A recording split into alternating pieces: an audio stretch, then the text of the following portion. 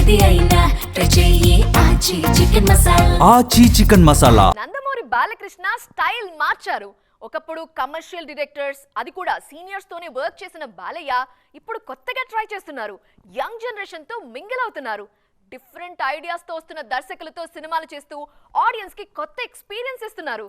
తాజాగా మరో crazy combination కి గ్రీన్ సిగ్నల్ ఇచ్చారు నందమూరి నటసింహం. అఖండ 2తో నిరాశపరిచిన బాలకృష్ణ తరువాత షార్ట్ గ్యాప్ తీసుకుని బ్యాక్ టు బ్యాక్ సినిమాలు లైన్లో పెడుతున్నారు. ఆల్రెడీ గోపీచంద్ మలినేని దర్శకత్వంలో ఒక సినిమా చేస్తున్నారు. ముందు ఫ్యాంటసీ ఎలిమెంట్స్ తో మూవీ ప్లాన్ చేసిన ఆ తరువాత ఆ ఐడియాను పక్కన పెట్టి గ్యాంగ్స్టర్ డ్రామాని పట్టాలెక్కించారు. గోపీచంద్ సినిమా షూటింగ్ జరుగుతూ ఉండగానే ఆ తరువాత చేయబోయే సినిమా విషయంలో ఓ నిర్ణయం తీసుకున్నారు బాలయ్య. సరిపోదా శనివారం సినిమాతో సూపర్ హిట్ అందుకున్న వివేక్ ఆత్రేయ కెప్టెన్సీలో ఒక సినిమా చేయడానికి రెడీ అవుతున్నారు. ఇప్పటికే బాలయ్యకు కథ వినిపించిన వివేక్ స్క్రిప్ట్ ని మరింత ఫైన్ ట్యూన్ చేస్తున్నారు.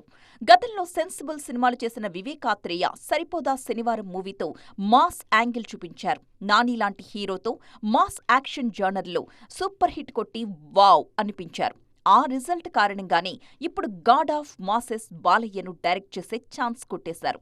డిఫరెంట్ మూవీస్తో దర్శకుడిగా మంచి పేరు తెచ్చుకున్న వివేక్ ఆత్రేయ నటసింహం బాలయ్యతో సినిమా చేస్తూ ఉండడంతో ఆ కాంటెంట్ ఎలా ఉండబోతుందో చూడ్డానికి ఫ్యాన్స్ అంతా ఈగర్గా వెయిట్ చేస్తున్నారు.